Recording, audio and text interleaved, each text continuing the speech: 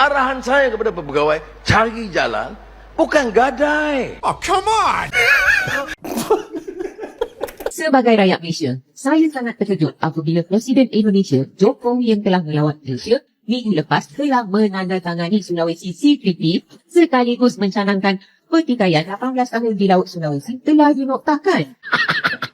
Dan sebelum ni baru saja berlaku apabila kita membiarkan Kerajaan Persekutuan membuat keputusan bagi pihak Kerajaan Negeri Sabah untuk menyerahkan ambalat, sempadan ambalat kepada Kerajaan Indonesia. Indonesia dan Malaysia hampir perang gara-gara ambalat. Setelah itu pun isu ambalat muncul lagi dan lagi. Jaga kedaulatan negara Indonesia. Prajurit petarung marinir diberangkatkan ke Pulau Ambalat dan Pulau Terdepan sebagai satuan tugas pengamanan Ambalat dan Pulau Terdepan Indonesia.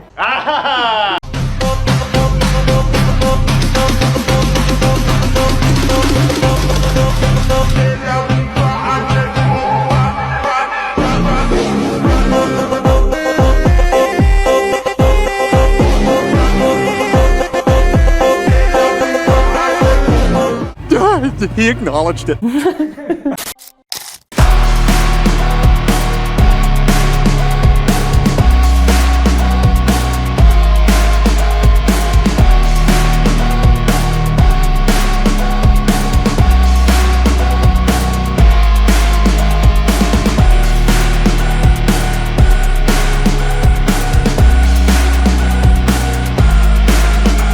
Pasca pertemuan Perdana Menteri Anwar Ibrahim dan Presiden Jokowi yang membahas tentang sempadan perbatasan, timbul gejolak dalam parlemen Malaysia. Walaupun Anwar Ibrahim menyangkal tuduhan tersebut, tidak serta-merta anggota parlemen percaya. Pasalnya setelah pertemuan itu, Indonesia terus memperkuat dan memperkokoh militernya di Laut Sulawesi khususnya Ambalat. Hal ini menimbulkan tanda tanya besar tentang kesepahaman yang dibuat antara Jokowi dan Anwar Ibrahim. Apalagi mengingat Laut Sulawesi menyimpan kekayaan sumber daya alam yang melimpah dan bernilai puluhan ribu triliun rupiah. Malaysia yang telah lalai dari segi militer, dibuat panas dingin oleh kegiatan militer raksasa Asia Tenggara di Ambalat, yang tentunya juga mengklaim wilayah tersebut. Bersatunya kekuatan politik di Indonesia, telah menjadi angin segar baru dalam tubuh NKRI, yang akan semakin garang dalam mempertahankan wilayah, serta memberdayakan sumber daya alamnya.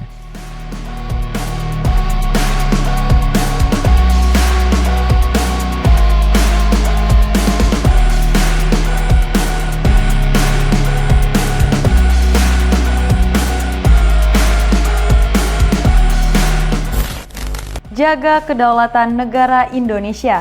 Prajurit petarung marinir diberangkatkan ke Pulau Ambalat dan Pulau Terdepan sebagai satuan tugas pengamanan Ambalat dan Pulau Terdepan Indonesia. Wakil Komandan Pasmar II Kolonel Marinir Edi Praitno memberangkatkan Satgas Marpam Ambalat 30 dan Pulau Terdepan Pamputer 28 tahun 2024 di Kesatrian Marinir Suroto II Ujung Semampir, Surabaya, Jawa Timur. Dalam upacara pelepasan tersebut, Wadan Pasmar II membacakan amanat Komandan Pasmar II yang menyampaikan ucapan selamat kepada prajurit Pasmar II yang terpilih untuk melaksanakan penugasan sebagai suatu kehormatan bagi prajurit Korps Marinir dalam rangka mengemban tugas menjaga kedaulatan dan keutuhan Negara Kesatuan Republik Indonesia. Komandan Pasmar II juga mengingatkan kepada prajurit yang melaksanakan penugasan bahwa Satgas Marpam Ambalat perihal tugas pokoknya untuk memantau, mengawasi, mengamankan, dan menjaga wilayah perbatasan serta stabilitas keamanan. Di samping itu, Satgas Marputer selain melaksanakan pengamanan Pulau Barung, Pulau Danarote, Pulau Batek, dan mengamankan wilayah perbatasan, juga mencegah kegiatan ilegal serta mencegah penyeludupan.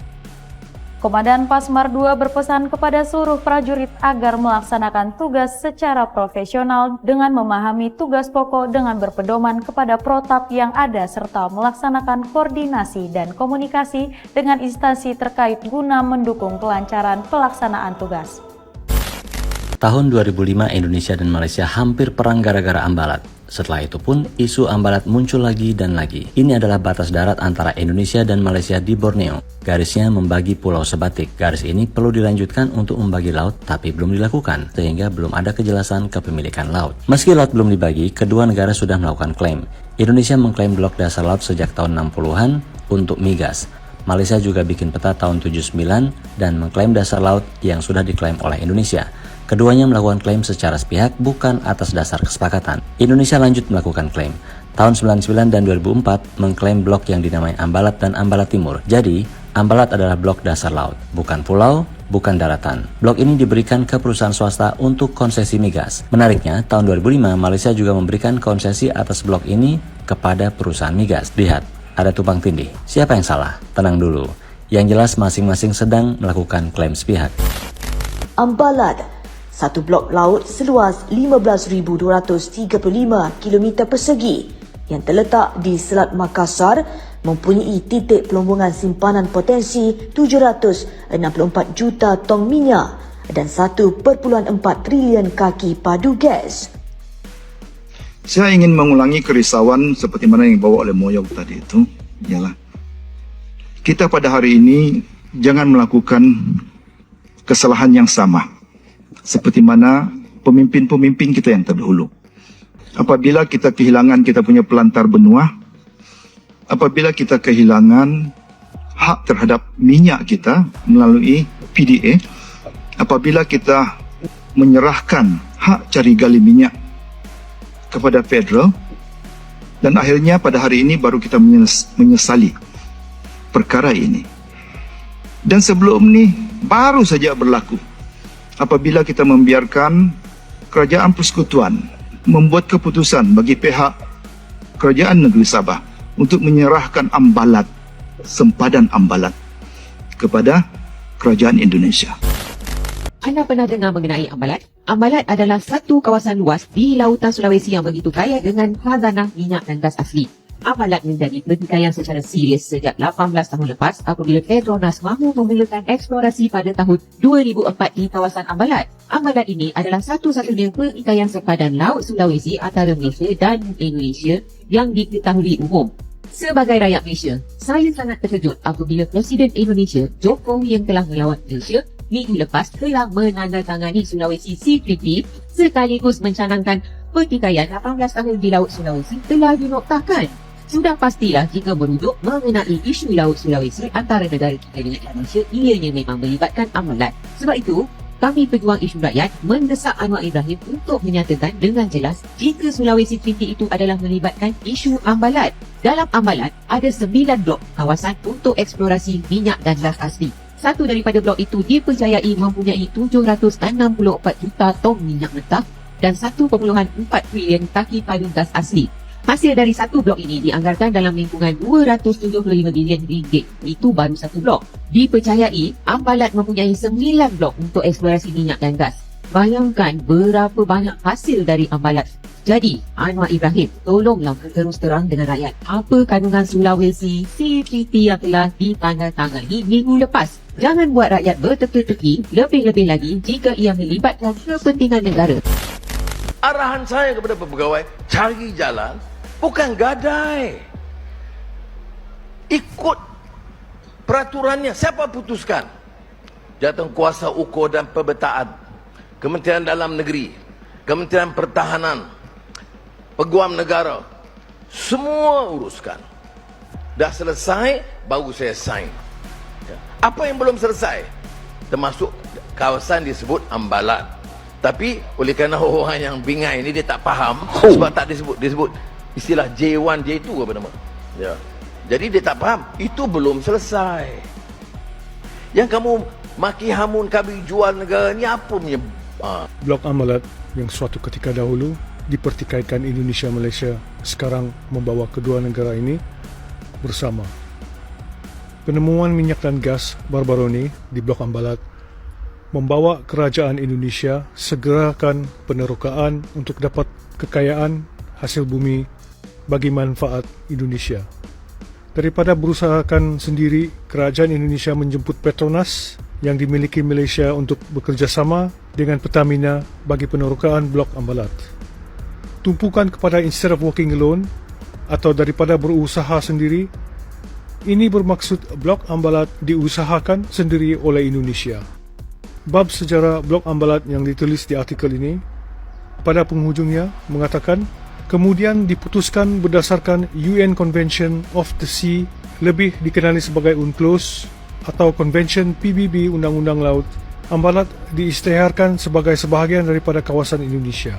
Ini artikel yang dipetik dari laman web Indonesia Business Post bertarikh 4 hari bulan Julai 2023. Dalam artikel CNBC Indonesia, pemerintah akan mengajak Petronas untuk bekerjasama dengan Pertamina untuk lakukan penerokaan di Blok Ambalat. Ini terang menggambarkan yang Indonesia sudah berkuasa di Ambalat.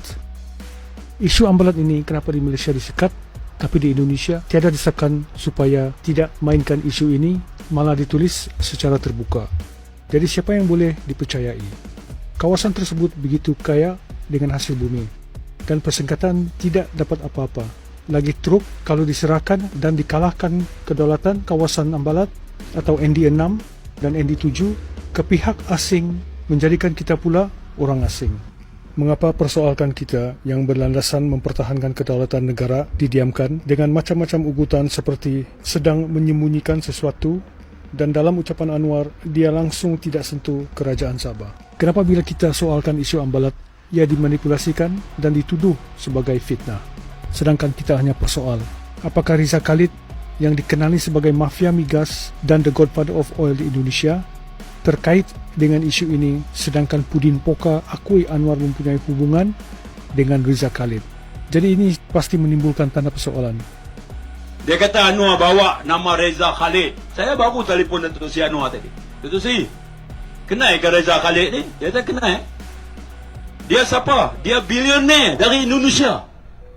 Multi-bilioner. Seorang ahli perniagaan yang masyhur di Indonesia.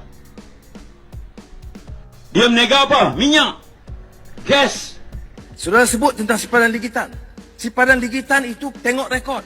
Yang pergi runding dengan Presiden Soeharto itu saya sebagai Timbalan Perdana Menteri. Untuk memberikan, mengambil keputusan dipersetujui oleh Presiden Soeharto untuk bawa sipadan digitan. Nak mengamuk. Siapa? Di sini nampak lagi Anwar menipu mengenai Pulau Sipadan dan Digitan. Kononnya dia yang runding dengan Soeharto, padahal Tun Mahathir yang runding dengan Soeharto yang akhirnya ke Mahkamah Dunia. Kenapa Anwar tidak bawa isu Blok Ambalat ke Mahkamah Dunia seperti apa yang dilakukan Tun Mahathir? Adakah Malaysia akan pasti kalah dalam pembicaraan seperti itu?